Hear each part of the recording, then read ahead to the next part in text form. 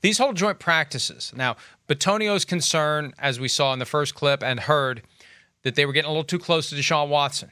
The Eagles defenders getting a little too close, trying to knock the ball out of his hands. Josh Sweat, Eagles defensive end, trying to do that. It's no touch. And it doesn't matter if it's another team's quarterback. That's the fundamental rule of practice. The quarterback doesn't get touched. And, Chris, I go back to, and I think about this every year, when you have joint practices, you better have a high level of trust between the coaches. And the coaches have an obligation to control their guys. And anytime something like this happens, there is a failure by one or both coaches to control their guys. And it needs to result in one or both coaches asking themselves, is this a coach that I want to be entrusting my roster to, the safety and welfare of my players? Do I trust him to control his guys so my guys don't get hurt during these joint practices?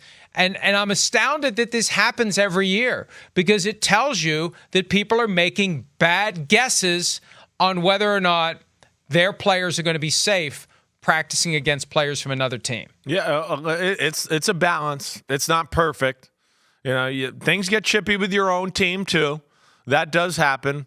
And this is, it is a little like you're saying. You got to trust the other coach that he's going to control his players the right way. Sure, that plays into it. And they're trying to balance of, hey, we love the quality work, the newness of the new team and all that, while our guys get to rest, while they watch our offense and the other team's defense go out there, and our guys, don't have to run the scout team defense, right? That's why the coaches love this. It's a new, fresh look, and it keeps the players kind of fresh during training camp. But this is the negative. And, it's going to happen every now and then. There's nothing you can do, especially, I think, when you just look at the optics of this situation. And what are the two basic optics here of this situation? The Browns, one of the better O-lines in all of football. They think they're damn good. They got two of the 6, 7 highest paid guards in football on their team. And then they have a right tackle that's paid a ton of money. And they got a left tackle that was a top 12 pick in the draft. So they think they're the bee's knees.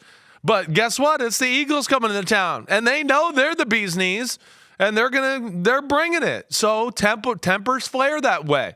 So that's what my basic thought of is. The one thing I will say, Mike, and this is where we got no video of this. I'm just shocked that it got that chippy and nobody had a camera or anything to show us this or anything. That's where it's a little crazy in my mind.